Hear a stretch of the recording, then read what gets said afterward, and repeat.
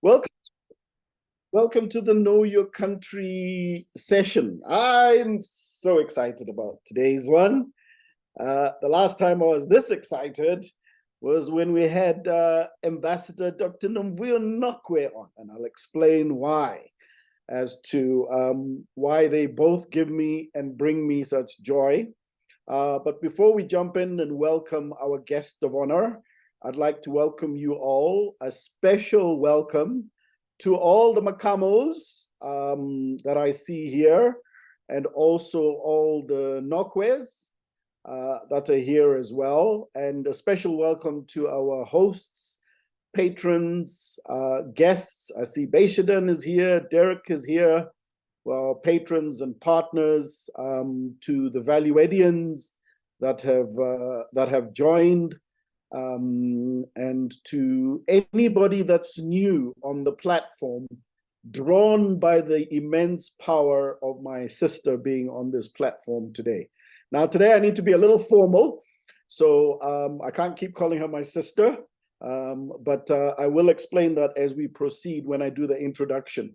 But just before I do the introduction, Tseko, there are some administrative things that you said I need to remember to say, but knowing that I don't remember them very well, I'm going to ask you just to quickly give the administrative stuff out that we can do just before we kick off.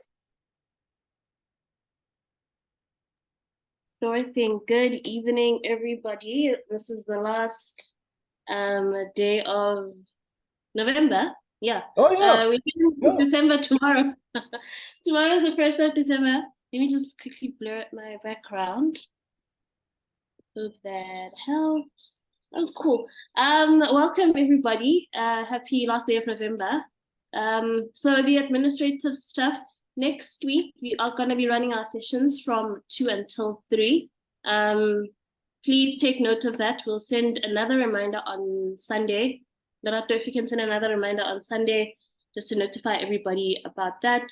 I think we won't be adding membership numbers to those sessions as well. So don't worry when you don't see the membership number option on the register link. I think that's about it, Uncle Vic. I'm not sure if I'm missing Nelato. It won't affect your attendance. We're running them from 2 to 3. It's going to be a fairly large number, so please come in and join. You all are the value edians. They're new value edians who are going to be joining in. We've got next week and the week after, and then we go into a phase where we're heading towards the festive season. So thank you, Tseko. I see a Venolia. Is that the Venolia I know? Am I putting them on the spot? I'm just checking who's here. Is that Venolia Singh? Maybe they'll say later. I'm just saying, Sizwe, who else is here? And yeah, just the usual. Welcome to everybody who's jumped on board. Okay, without further ado, let me introduce our guest. Firstly, let me explain Know Your Country, and then I'm going to introduce our guest, because I think the two will go in hand.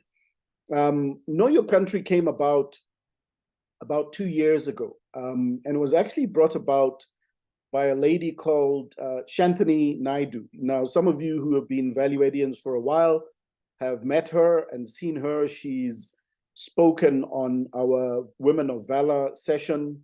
She wrote a book called Women in Solitary.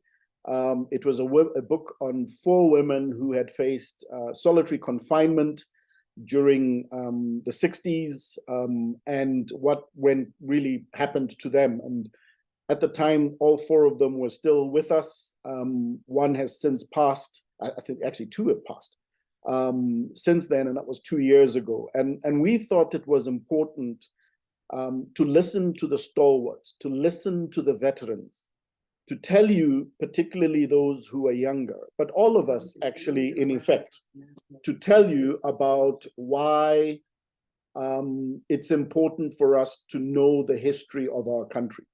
And the important thing that was also part of that was to listen to the history of our country from those who were there Nosizwe, those who were part of it, and not necessarily the Twitter rhetoric that is coming out recently and has been coming out for the past few years on people who were not there but seem to have some kind of claim on understanding history. History is a science. It is a science either researched quite extensively by those who were not there, depending on how far back you go, or it is proclaimed by those who lived it. It is certainly not an opinion. It is certainly not a thought. It is a science. So there are some facts to it, right? And the facts are indisputable. So what we thought was it would be great to bring, for those of you who understand Know Your Country and have been to more than one, stalwarts of our past who can attest to their experience, what they went through, what they know, also attest to what they see going on today, but even as importantly, tell us about what the future may look like. That's where you can have opinions and thoughts because nobody's got a crystal ball, but the history is one that is going to be spoken to. So I'd like to introduce and kick off. Now, I'll say this, and hopefully it'll be the last time I say this. Nosizwe Nokwe Makamo is my sister, my biological sister for that matter. For those of you who are trying to do the maths, when you see surnames, we'll talk about that some other time. But this is my sister. I can't even say my little sister, she's my big sister. And I'm very excited to actually have her on board. I have had to summarize her CV. If I actually was to give you her bio, would be here for an hour and then she'd only have 15 minutes to speak. But this is the summary of her bio. Somewhere in all this, brains, intelligence, EQ, all that weren't distributed evenly amongst all of us in the family. She certainly acquired quite a lot of it. And for those of you who know my other sister who's here, Dr. Ambassador Nokwe, Nomvuyo Nokwe, you will know that these are stalwarts in what they do. So Nosizwe is an experienced in energy and oil, an engineer who actually studied in the USSR, my sister, not Russia, the USSR. For those of you who are not familiar with that, look it up. It's a historical context, but it is Russia today. She's currently chairman of Rise Africa Investments. And she's also chairman of, is it Fibrege Oil and Gas? Fribourg Oil and Gas. She is the ex-CEO of Petro SA, the general manager of Gauteng. She has sat on numerous boards and is currently sitting on the board of PRASA. As an example, my sister speaks umpteen languages. Now, I wanted to put a number, and I just thought, let me just use the word umpteen languages. Least of all, by the way, I did say that she studied in Russia. When she studied in Russia, she studied in Russian. So it wasn't an English university in Russia. So she is fluent in Russia. She is fluent in Portuguese. Her husband is actually from Mozambique, so they speak Portuguese. She is fluent in most of the local languages, if not all. She speaks Swahili, she speaks Nyanja. Now you can begin to see this thing about the distribution of intelligence throughout the family. She is a wife, as I mentioned. She is a mother. She is a sister. And she is also, with the historical context of this, the daughter of the first Black advocate in South Africa, Duma Nokwe, our father. And I think what's going to be fantastic is just to listen to her give her rendition about her story and South Africa in the past, contextualize this. The other thing that my sister has, and I told you it's going to go on for a while, is that she has Africa experience. Now, those of you who, and I don't think there are many of you who are here, who came much earlier to value add.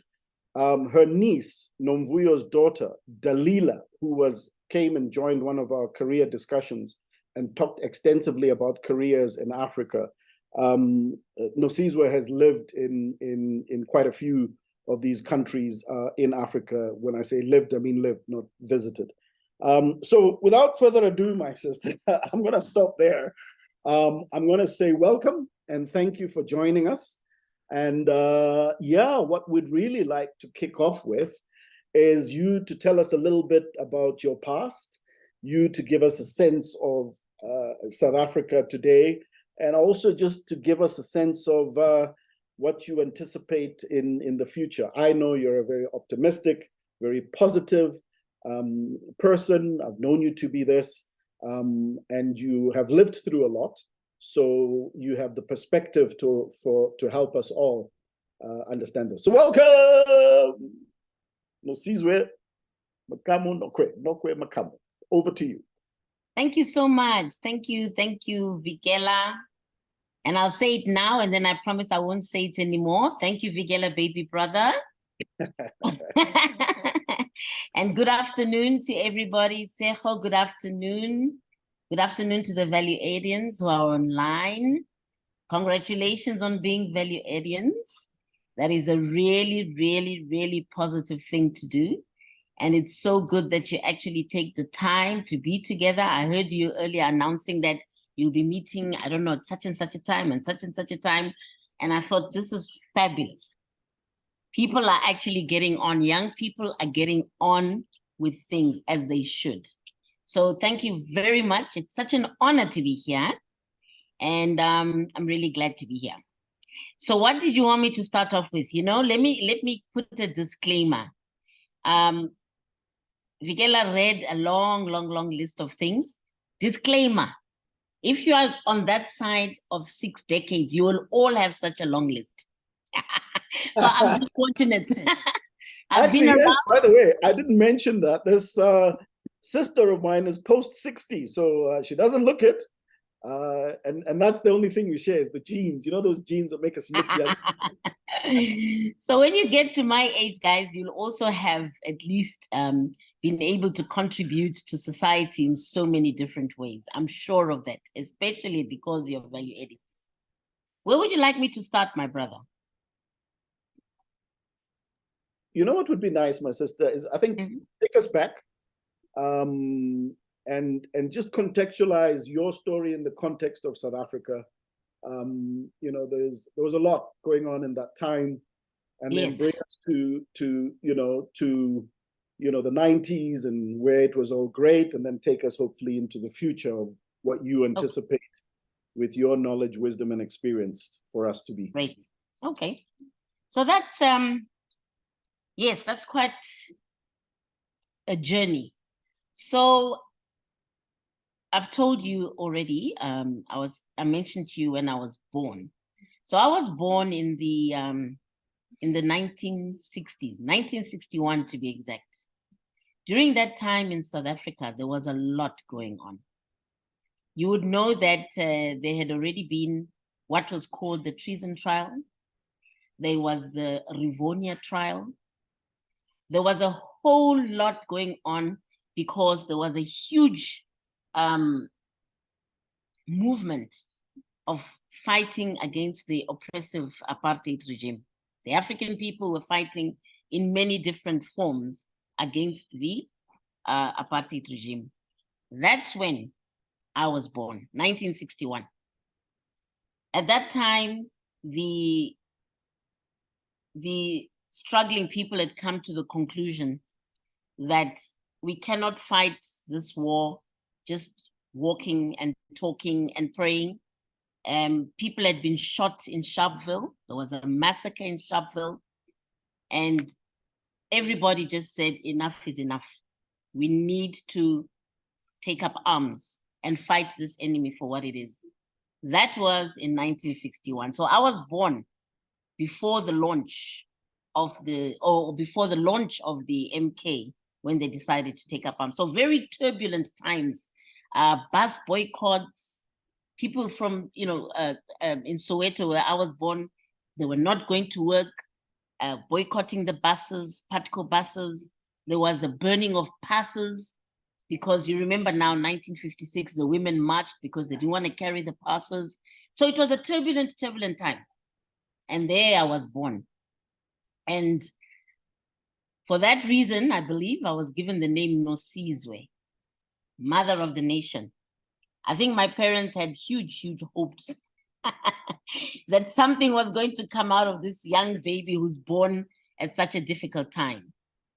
So there we were born, and difficult times, I must tell you, just to the audience, it was a difficult time. People were being thrown into jail. There were trials, what do you call it? Without trial, sorry, thrown into jail without trial and held, without being explained why they're being held. And there were laws, by the way, that were enacted that allowed that to happen. And they were enacted by the apartheid regime. And because of this turbulence, eventually what happened was that the ANC decided that a lot of leadership had been arrested. And if it went on like that, they were being harassed. There was going to be no direction in terms of the liberation movement. So they decided that some of the leaders must leave the country and go out into exile so that the world, hey guys, you see where we live now? At least it's back on again. Thank you. Can you hear me? Can you hear me? Yes, we can. Loud and clear, loud and clear. Fantastic. So the liberation struggle does not die. So some of the leaders of the ANC and also the PAC, the ANC left the country and went to go and explain to the world what was going on in South Africa and seeking support for the struggle in South Africa. And that is when I left together with my family. Of course, I was young, I was 3 years old, and traveled the rough road. I have no recollection of exactly what happened, but it is a story that is told in our family where, the children, we had to walk through the bush from South Africa all the way to Botswana, from Botswana, and ended up in Zambia. So eventually I grew up in Zambia. This is where my mother stopped and she said, I'm not going any further. And I don't want to be too far from home because very soon we're going back to South Africa. We're going to free that country. So I ended up growing up in Zambia, went to school, primary school, secondary school, and then university, as you heard from Vigela, in the USSR. Now, those were not easy times, but the important thing that I want to highlight is that because there was a common cause and a common struggle and solidarity, not only among the struggling people of Africa, but the struggling people even in Latin America, even in the Far East, like Cambodia, Vietnam, because there was that type of solidarity, it made the struggle have a bigger connotation. So you were not just struggling in South Africa, but all these countries were struggling against an oppressor and against the system that was oppressive and repressive towards the people of the country, of the different countries that I've just mentioned, and that's not all of them. There were more countries which were fighting in solidarity. So those were the times that one lived in, one grew up in. In Zambia, for example, I like to tell the story that where we were living, all the liberation movements lived in the same area. Same area. There was SWAPO from Namibia, Liberation Movement of Namibia. There was ZAPU, Liberation Movement of Zimbabwe. There was Frelimo, Mozambique. There was MPLA, Angola. And who have I left out? Liberation movements. Yes. Tanzania? And then Tanzania was free, luckily. Tanganyika had gotten freedom already in that year. So the Chama Mapinduzi, which is the party that had been struggling for the liberation of Tanzania, had a very, very close relationship with all these liberation movements, to the extent that They even opened their country to headquarter all of these liberation movements in Tanganyika, which then became Tanzania. So that was, in a way, how one grew up. One grew up among all these people, running from house to house, taking messages, speeches, and all the things that they shared among themselves as liberation movements. And obviously, as one had all of this experience, okay, I see you, my brother. No. I just wanted to, you said something that was very powerful, and I wanted to re-emphasize it and let you carry on. Mm-hmm. That everybody understands that here you are in exile, in Lusaka, in the same area as all these other African countries who are going through their liberation struggles, Yes. right? So we are exiles, right? Yes. There, in taking, we are foreigners in their country. Exactly. So I just want everybody to contextualize that as to why, when we talk about foreigners, we need to be very careful. Yes. But carry on. I'm even I'm listening intently on this story. Thank you. So there we lived together. This is a township, by the way. I don't want anybody to imagine that this is some suburb of sorts. Right in the township, where people live, right? The people of the country, they've just gotten independence. Everybody's trying to find their way. That is Zambia in this case. Tanzania as well, it was the same story. But what was important and what was interesting was the solidarity that existed among these different liberation movements, and also the magnanimity. I think that's the word I should use. The magnanimity of the host country. In this case, Zambia, very magnanimous in terms of receiving all these liberation movements and making them comfortable and giving them office space and homes to stay in and so on. And also in Tanzania, very magnanimous in terms of those issues. Later, it would be when Angola got independent, because MPLA was here with us, remember? When they got independent in 1975, Agostinho Neto, the then first president of the liberated Angola, he said on Freedom Day, their Freedom Day, he said, "We are not free until the people of South Africa and Namibia are free. So we have to continue the fight until those two last countries on this continent are free." So that was the nature of the relationship that existed. And one, how can I say, one learned quite a few things from this exposure, this experience. One learned about the power of solidarity, the power of having a common cause and having solidarity in order to attain the objective or to fight that common cause, for that common cause. Very, very powerful. The second thing I'd say one learned was humility. All these people that I'm talking about now were the leaders of their organizations, presidents, vice presidents of Frelimo, of MPLA, of SWAPO, all living together.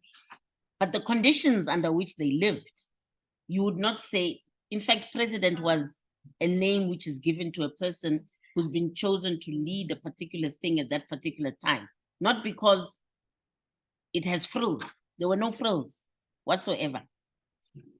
So one learned again that it's not about frills. If you're talking about leadership, you talk about deeds. What are the deeds that these people are doing that make them to become leaders? So that was a nice, I would say, interesting learning and valuable learning from what I could observe. And the third interesting thing for me, I think, as one grew up among these leaders, as I say, or these liberation movements, was the issue of language. That the importance of actually being able to learn somebody else's language. It breaks down barriers, it opens doors, and it brings, what do they call it, brotherliness into the relationship. So those are some of the things that I guess informed one to say, as you go through life, maybe these are the things you need to carry with you in everything that you do, and find ways to be able to to bring them into different types of relationships that you encounter along the way. So anyway, here's one growing nursery school, Zambia, primary school. We are in Zambia, going to government schools. Another interesting thing, fact, very good schools. There were government schools, but they were very good schools. Fun fact, Vigela, the teachers in those schools were South Africans. Fun fact. People had come from South Africa. Yes, they'd come all the way from South Africa because remember, Zambia got independent in 1964.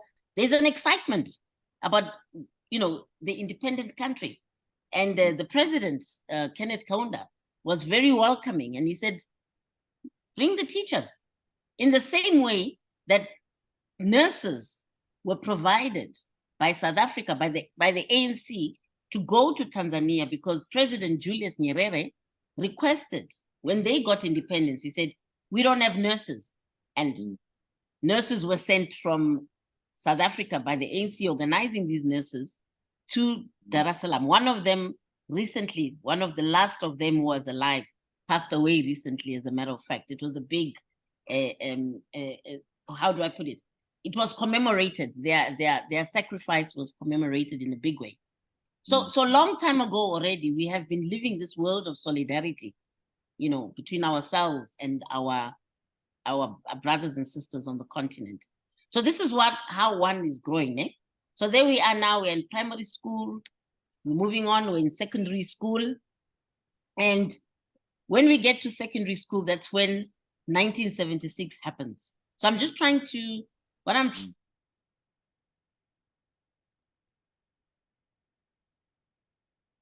factors that affected one in quite a substantial way, right? So 96 happens. 1976 happens, the Soweto uprisings. The youth are coming out of South Africa in their numbers because of the fact that they refuse to be further oppressed by the regime. Particularly, they refuse to speak Afrikaans or to be taught in Afrikaans. I'm sure most of the value edians are very familiar with this part of our history because the youth were saying, we are not going to be taught in Afrikaans. That's not our language. That is now the last part of the oppression. We're already oppressed. You've taken away our culture. You put us in matchbox houses. There's migrant labor. Our parents are in the villages. Our fathers and mothers are separated. Mothers in the village, fathers working in the mines. You are discriminating against us. Now you want to take our culture completely away from us by ensuring that we don't even have a language. That's not going to work. And they rebel. And we don't have the right to self-determination, my sister. We can't vote. We can't vote. And now you want to even take away the little that we have, which is our language. Are you kidding? The kids said it's not happening. And they revolted countrywide. I want us to remember, there were no cell phones. There were no Twitter. There was no X. There was no Instagram. There was nothing that you could use to mobilize, but the children mobilized themselves. And these were, if you look at the age group, these started from the age of 11. If you look at Hector Peterson, how old was Hector Peterson? These children were from 11 upwards. They were up in arms against the regime. That was a historic moment in this country, a historic moment in the struggle against the oppressive racist apartheid system. So they left. A lot of children left the country. They were shot at, they were killed. A lot of children left the country into exile. And most of them, the aim was, do you know what was their aim? We want to be trained by the ANC, given arms so that we can come and fight and get rid of this racist regime. That's what they wanted, as young as they were. As young as they were. So that was, for me, personally, the first time that I actually came upon or met with South Africans, young South Africans, who are fresh out of South Africa. Remember, Our parents, they left in 1964.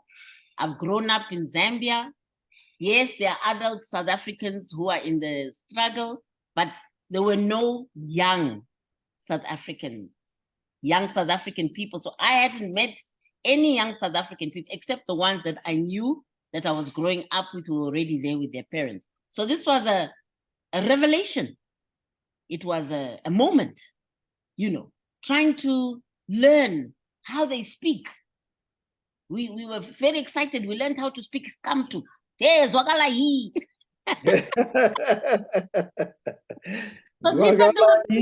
Zwakala hii. Hey, igedlela was a car, igedlela. And we're like, wow, these guys are so cool. So, and that's another era in the revolution, which is driven by the young people. So the young people come and they change a lot of things in terms of the approach, in terms of what should be done. They come with an urgency that says, no. This thing of training people for 100 years in the camps and nothing happens. Come, let's get training, let's get done, and let's get action. We want to go back home whilst we're young, So they bring an urgency into the revolution, which is accepted, luckily, which is accepted by the leaders of the organization.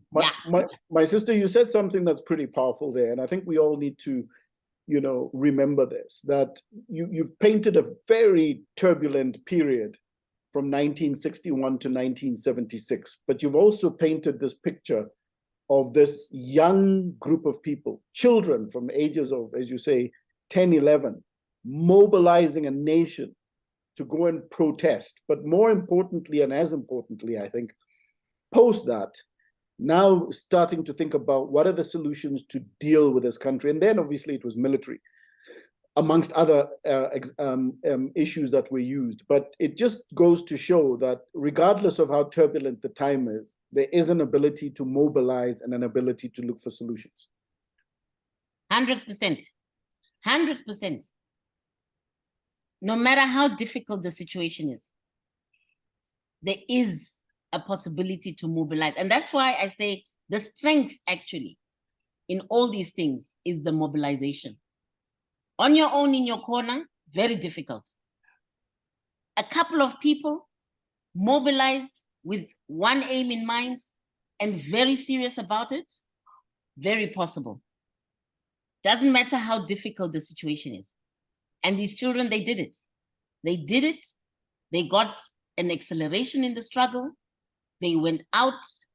They immediately, they were, a lot of them went into the camps. So there had to be, again, mobilization of the supporting countries, USSR, Angola, Tanzania, Mozambique. All these countries were mobilized so that they could, absorb these children into the army. Even, I must tell you, even West African countries were very serious in mobilizing. In fact, to the point where Nigeria offered a lot of places for the children to go to school, to schools in Nigeria, to universities in Nigeria, Ghana.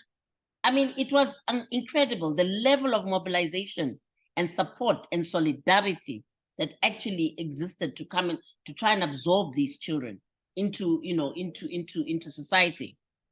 And that is when also there was also a decision to build a college as well for the children, Solomon Mahlangu Freedom College.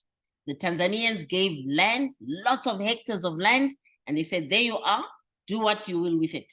And the Scandinavian countries came and again supported mobilization. A whole Solomon Mahlangu Freedom College was built there, which today, by the way, is a university, because when the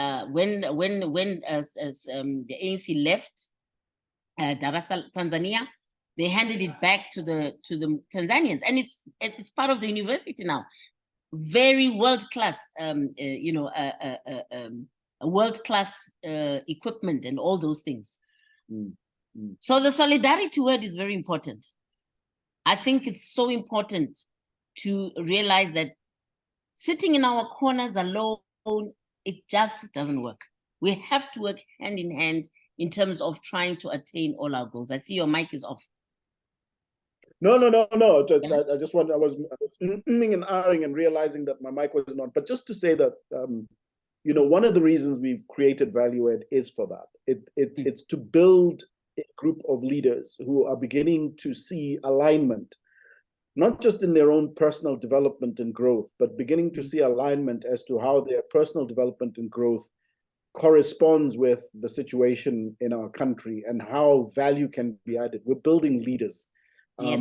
And I think I like that term, solidarity, because everything needs to be in that context, that we're not fighting wars alone, we're trying to fight them together. And that's in the context of what you just said. That is why it's very important for us as human beings to, on a personal level, to have self-discipline, to have vision, to have respect, to be hardworking, and to know that you are building yourself to have a positive impact on society. That's what you want to do ultimately. Because if you can't have a positive impact on society or your community, then really, it's the value, there's no value in what you're doing if it cannot have any impact, a positive impact on society. So, all right. So there we are. We are teenagers. It's exciting. Some are going to train to be in the army. Others have to go to school because it was then decided to say, listen, not everybody can go and train. Whereas everybody was really, hyped up. No, I want to go and train to take up arms and go and fight. And it was like, but we've got a country to take over. And when we take over that country, we can't all be soldiers. Some people have got to go and get education. Some people need to be, we got to specialize. We need specialists, got to build an economy. And that is how, some people went for training of the young folk and other people went and studied in countries overseas. This is where the USSR comes in. This is where the socialist bloc comes in. Again, underlying word, solidarity. In solidarity with the struggling people of South Africa, the socialist countries said, we will educate your people in our universities for free. That's what we'll do.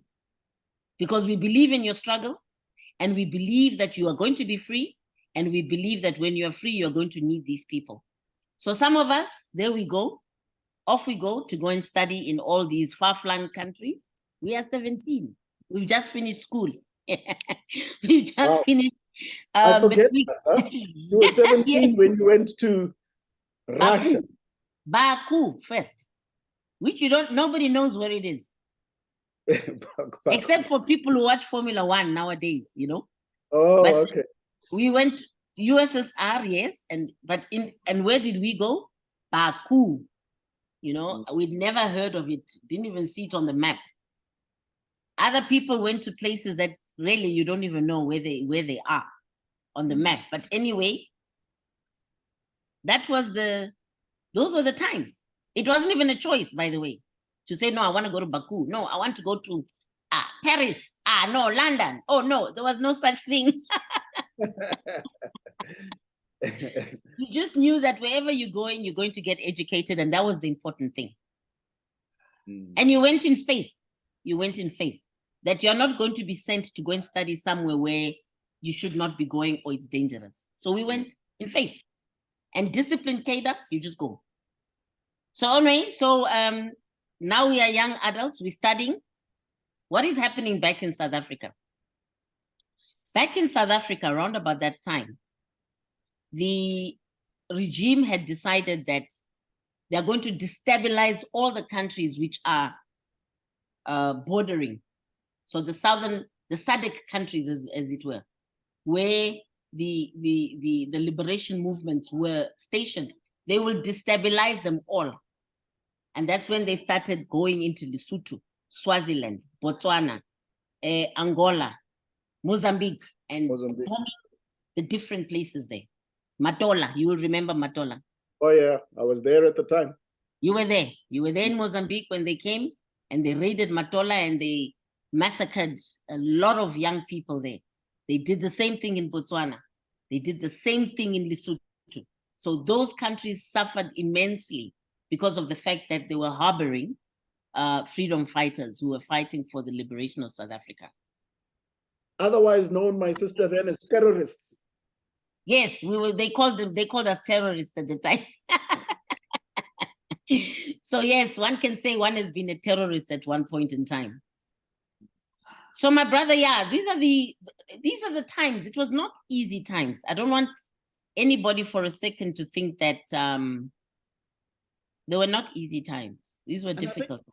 I think the importance of that setting, and I know, folks, if you've got questions, please, in the next few minutes, we'll open up for questions, because we're going to combine the conversation around South Africa today and how you see it in the future.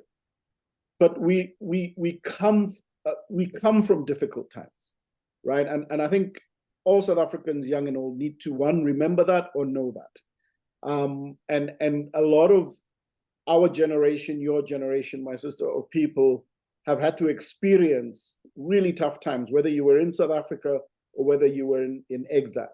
So in other words, possibility still exists. The future of what things can become still exists. But as we know, that army of young people, or that army of the future, is young people. And they need to be armed, not necessarily now with guns and etc., but they need to be armed with leadership skills, critical skills, the ability to analyze and decipher. Tell us about your sense of today. How are you seeing today, and how do you see tomorrow as a consequence of today? So, like you said in the introduction, I find that today it's very exciting times. Very exciting. On the one hand, you've got the whole fourth industrial revolution, which our children are exposed to, which offers so many opportunities if they can get exposed to it correctly. That's on the one hand, which I see as a huge positive. On the other hand, I see some negatives in the society. And those negatives are things like where people are starting to normalize things which I consider completely abnormal. So it is not normal that a child should be leading a household because that child has lost its parent or parents because of societal ills in the neighborhood. And after some time, people start to normalize this and even give it a name. Child-headed household. There's nothing like that. That worries me. Those type of things worry me, where society is starting to normalize things that should not be normal. And at every point, it should be pointed out that this is not normal. So, as I say, there's a dichotomy as far as I see it. There's a huge opportunity in the current situation in the world, in the country, but at the same time, there are these ills of society which people start to normalize. People start to normalize the issue of the criminal statistics that we have, the crime stats. I mean, for me, if the requisite authority is announcing the crime stats and says, oh yeah, we had 200 less hijacks than we did a quarter ago. So last quarter there were 1,100. There were 1,300. Now there are 1,100. There's an improvement. No, that's not an improvement. That's 1,100 too many. So don't use the word there's an improvement when you're talking about a crime statistic. You're normalizing it. You're normalizing it. You're saying that it's okay to have crime as long as the graph is doing the right thing. That worries me. Yeah. And everybody does it. Everybody does it. So I'm worried about these things, my brother. I'm worried about the crime statistics. I'm worried about the violence that we have in our society. I'm very worried about the fact that people think it's normal, and they normalize it in communities and the societies, gender-based violence, violence against children. It's normalized. That's what worries me. very much. You're absolutely right. I mean, I've never thought about it that way. And that's just to show you how normalized it's become.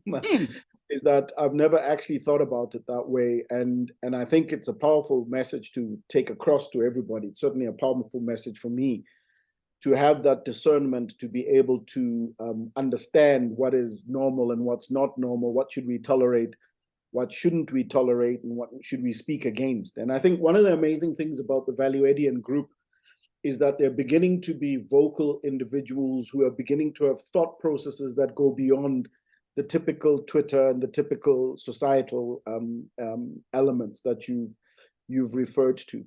My sister, one of the things you said something right at the beginning around the fourth industrial revolution and being, we underplay, and I underplayed the fact that you come from an engineering background. So when you went to study, you studied engineering, and that's, way back then.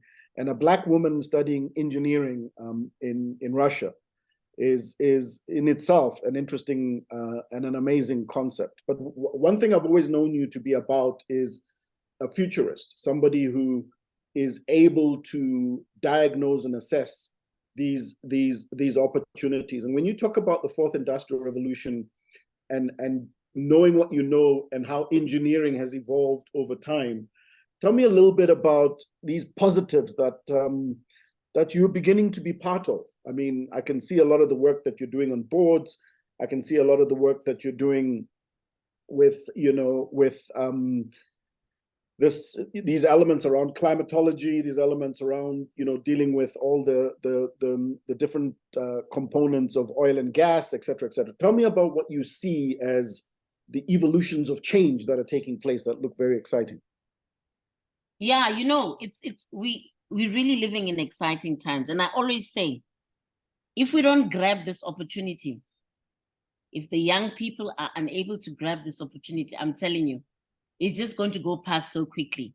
And it'll be sad. It will be really, really an indictment against us, the older people, and society, if we're not able to make sure that young people are fully involved in this this journey that the world is going into and the opportunities it presents. For example, let me start from an energy perspective. From an energy perspective, there's currently a transition that we're going through. It's called an energy transition. Energy transition means that there's a whole pressure to move away from the fossil fuels, which is your hydrocarbons like oil, of which I'm a specialist in. Even me, I'm pivoting. I'm busy pivoting from oil and becoming an energy specialist, So, or trying to become an energy specialist. So there are huge opportunities. And I think that from where I sit, my age group, we don't even understand what can actually be done. What can actually be done to use this current transition, one, the energy transition, plus the fact that we have this fourth industrial revolution to be able to create opportunities where our young people are plugged in. I'll give you an example. The other day, my son is telling me, he says, Mom, you see these things of these pools that are always going, the creepy crawlies back. He says he and his friend are thinking of how to use a GSM to be able to be put at every house and connected to the pool pump, which is going to be able to, what does he say? It'll take the kinetic energy and be able to take that kinetic energy, convert it into power, and that power can be used to be put back in the grid. I said, what? You see, wow. Yeah, because it's kinetic energy, right? When the pump is going like this, blah, blah, blah, blah, blah, blah, blah, blah, that's a lot of kinetic energy getting wasted, essentially. Yes. So it's how to grab that kinetic energy and be able to put it back into the grid. Every house should be able to put some amount of energy back into the grid from all these many, many pools that are just going, I would never have thought of that. No, absolutely not. I wouldn't have thought of that ever. You understand? So there are huge opportunities. And you know what is important here, colleagues? is to allow the mind to open. And this is what we need to be teaching. This is what we need to be encouraging, that people's minds should be allowed to just open up and use what they see in front of them from a digital perspective, what they're gaining from the knowledge that they're gaining. Let's say they're studying engineering, or they're studying IT, or they're studying whatever they're studying. But to be able to just open their minds and say, what is the most impossible thing that can be done with this knowledge that we have? And that's what excites me, Vic. I'm really excited about the prospect that if we can make young people know that, guys, the power, it's in here. Open up. And then you've got so much access to information. Grab that information, open up that power, and start connecting things and say, maybe this can work better like that. Finding solutions, solution finding for the current situation that we find ourselves in from an energy perspective, which is, we're in deficit right now. Yeah, and that's the struggle. That's the new struggle. It's not waving arms. It's using, because as you say, back then there was no internet, there was no so you're pointed to come across in a different way. Now there's ways where you can not only quantum leap the result you're looking for, what took 30, 40, 60 years of struggle, but you've got these abilities to be able to impact even more. I mean, there's a couple of comments here. Nkululego says, I almost forgot how articulate and passionate you are about the important things in life, truly inspiring, Nosizwe. Tseko has asked, so, and so I guess it's a follow-up question is, so what do you think our focus needs to be as the youth? What are if you were to articulate maybe one or two things that the youth should just, I like this, open your mind very much. And open your mind also means learn. Go and learn. You must learn something new every day. Force yourself. But what would you say the youth, the focus areas that they need to start thinking about? So not because South Africa's got load shedding, but because the whole world has got serious issues with energy right now. I would say that it would be so important for people to have a good understanding, or open up their minds, or open up or increase knowledge about energy. Because without energy, guys, we're going nowhere. Without energy sources, we are going nowhere. We can have the best, this and that, the gold is sitting there. The gold, you can't take it out, you don't have the energy. You can't take the diamonds, you can't do anything. There's cobalt, there are all these minerals now, which are the critical minerals, which are going to be utilized for the storage batteries, for, you know, going forward. Are we in the mining sector? Do we have licenses? Do we understand which are the critical minerals? It's not gold anymore. Do we understand which are the critical minerals going forward, which are going to make us, let's say as a country or as a society, that are going to make us move on? It's not gold. It's not your diamonds anymore. That's his story. It's now all your critical metals, which are found where? Southern Africa, Congo. Yep. Yes, that's where they are. And now everybody's running here to try and get those critical metals and put them on trains and take them, and ships, and take them away and leave us with nothing. I say no, we should not allow that, because we will all be forgiven. And you young people, tomorrow you are not as young as you are. And your children will ask you, Kanti, when this thing started, and it was right at the beginning, what did you do about it, Mama? Papa, what did you do?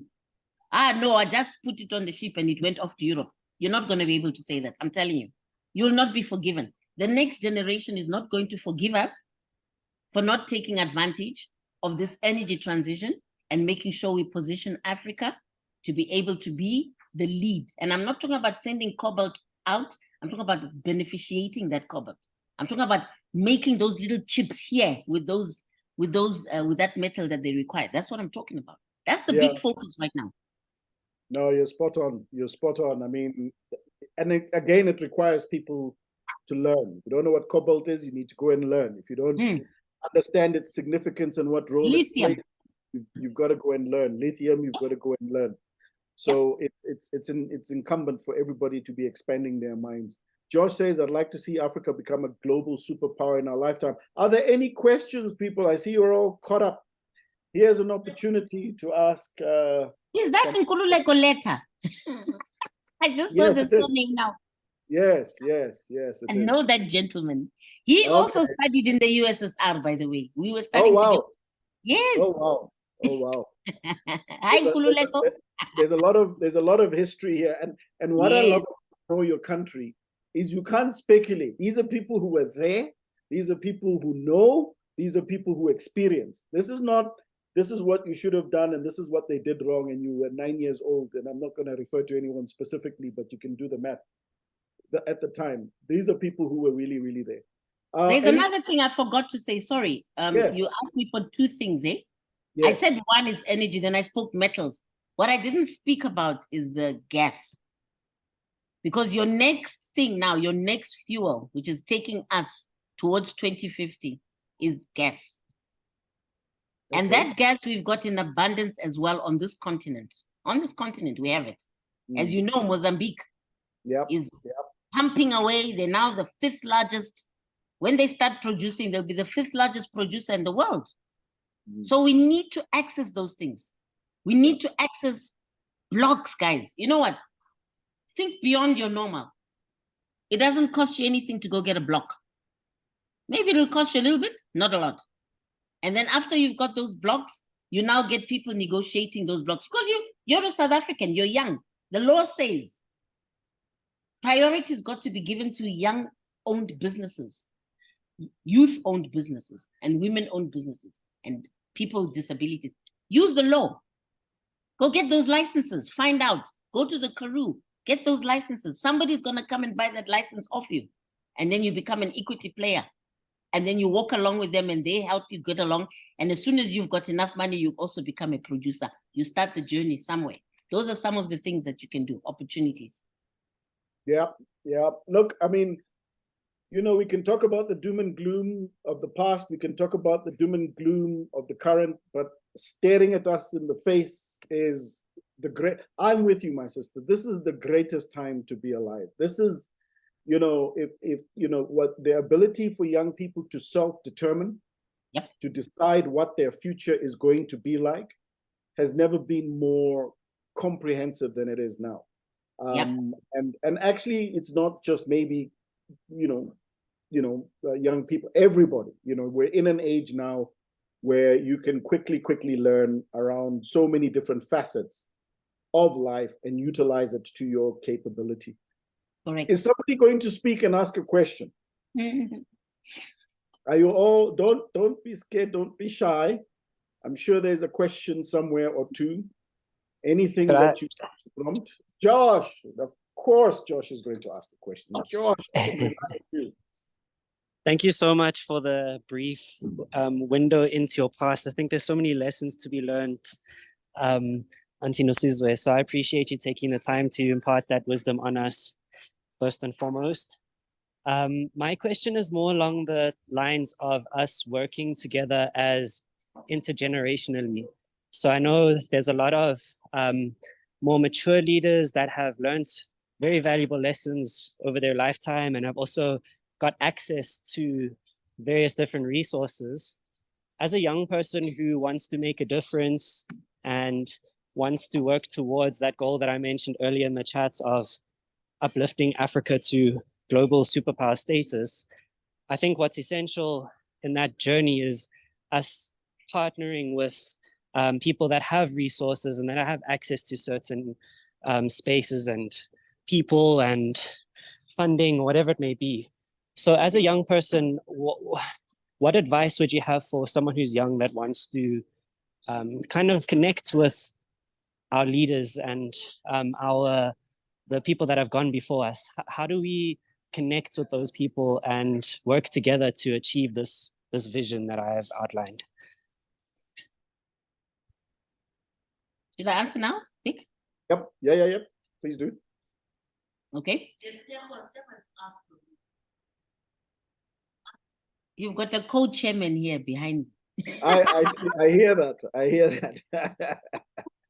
There's a co-chair. Yeah. Oh, go ahead, sister. Your co-chairman is saying, look at the chat there. There's another question. So she Oh, says, is why don't another you? Mm-hmm. okay, no, From how did you Tsecho. deal with it? Oh, from Tseko. Okay, yeah, Mhm. right. We'll answer Josh's because we just answered Tseko's, and then we'll go to Tseko and the others. Okay. So must I answer Josh first?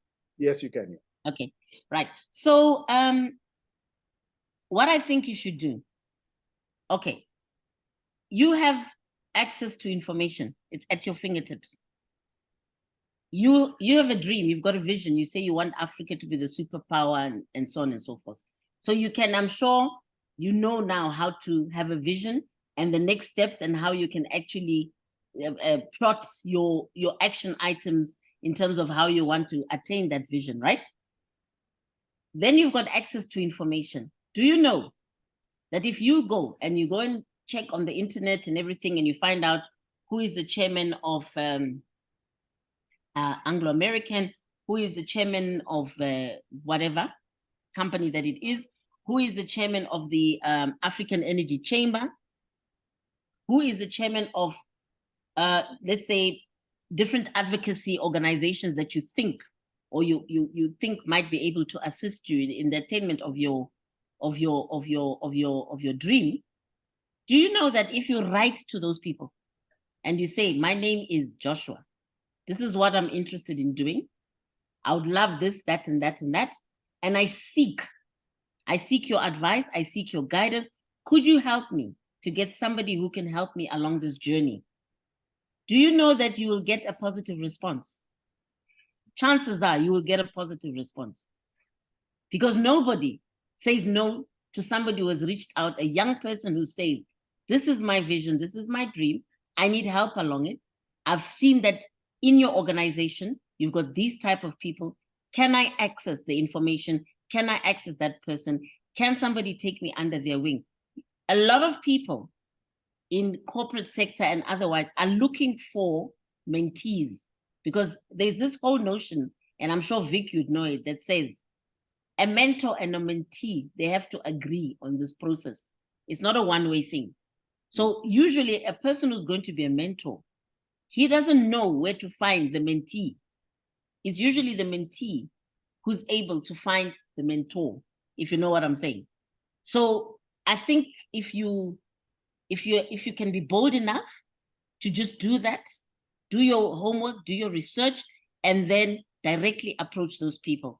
Mina, I'm putting myself at your disposal. If you tell me, these are the type of people I'm looking for, I'm going to see if I can contact those people and help you and say, go and talk to that person, go talk to that person. Here's this human being who I think can help you. And you'll find that there are many people of my age and let's say almost at retirement age as I am, who'll be very willing to do that for you and No, for young people. Absolutely. I mean, ValueAid was built on people who are doing things who I had never met and still, in many cases, I still haven't met. So you're absolutely right. Find people who share the same vision and they'll do that. Tseko was saying, how did you deal with so much change and keep so grounded? It's a Nokwe thing.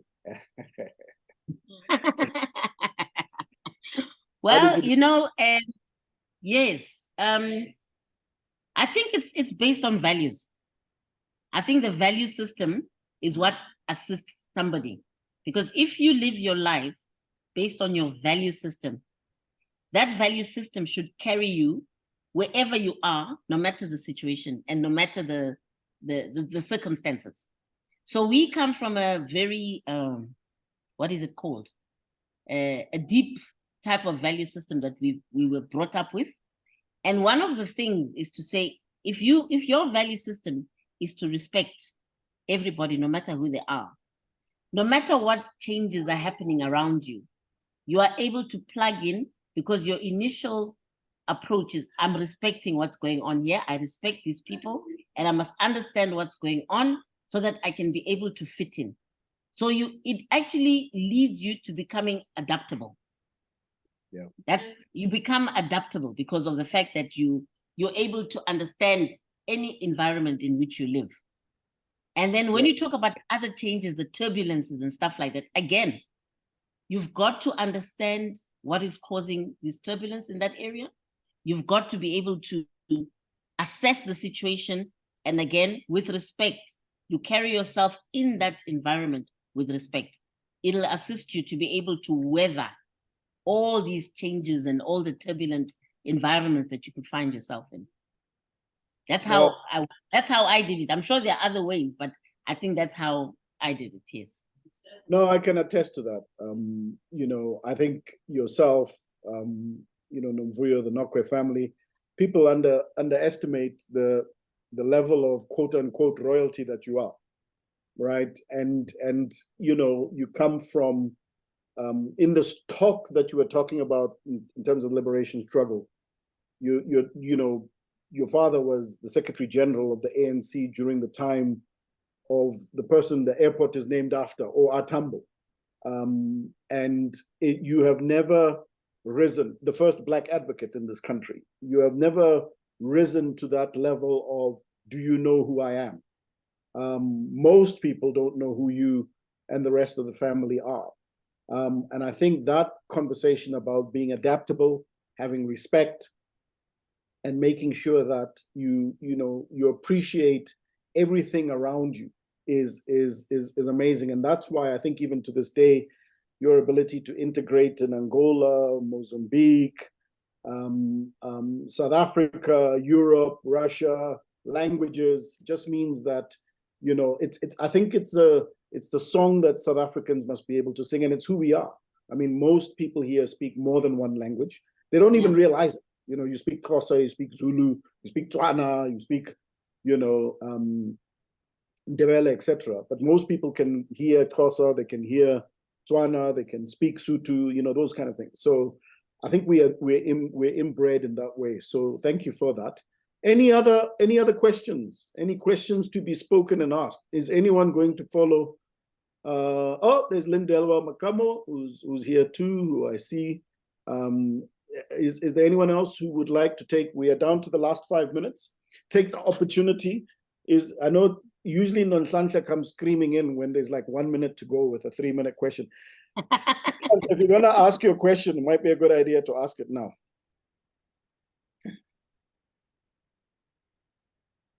No?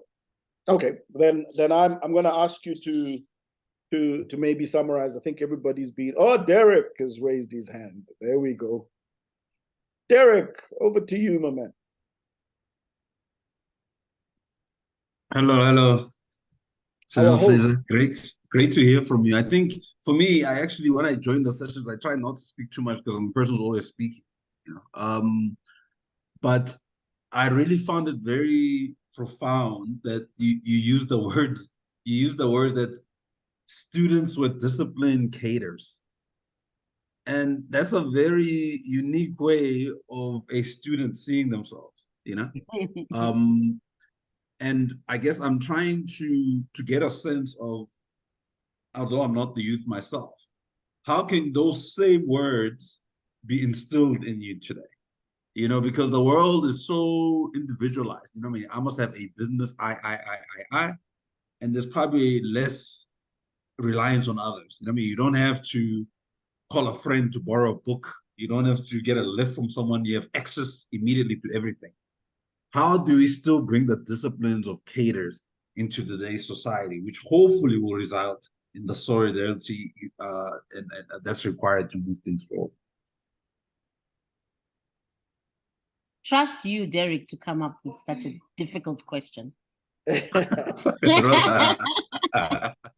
No, but you know what it is? Really, I think it's about it's a common cause. You understand? I mean, it's not as if it's common cause, because at that time we had a common cause. We knew what was our raison d'être. If you're going to study, you're going to study so that you can be able to contribute to your country when your country becomes free.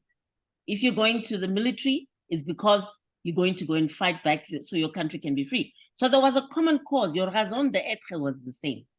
So I think it's in anything that we do. I mean, even now, look at the modern times.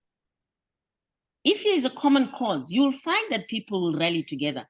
Even the young students. Do you remember Fees Must Fall? There they were. The students had a common cause about fees must fall. They came together. They united across the country. They shook this country, and they shook. Budgets had to change nationally. What was the issue? They had a common cause.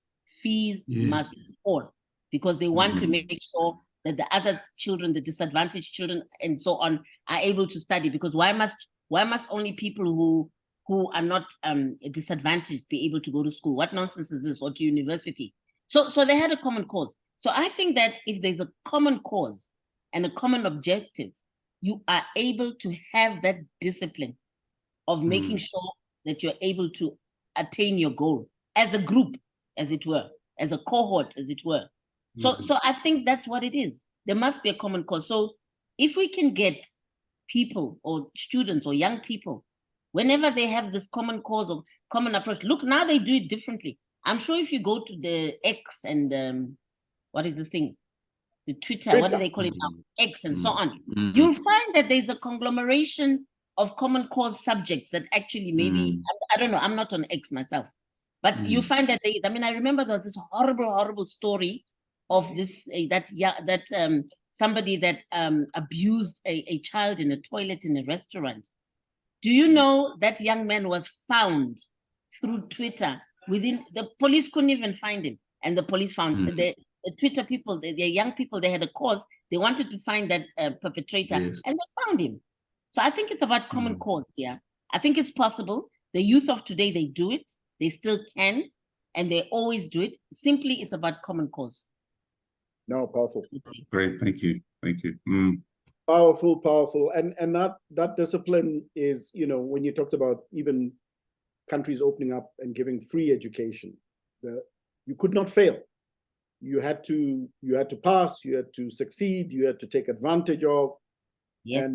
And I really, Sis Wam, as we come to the end of this, thank you for enlightening. I've got messages on my phone. I've got messages here about the powerhouse that you are. Well, I know you as this.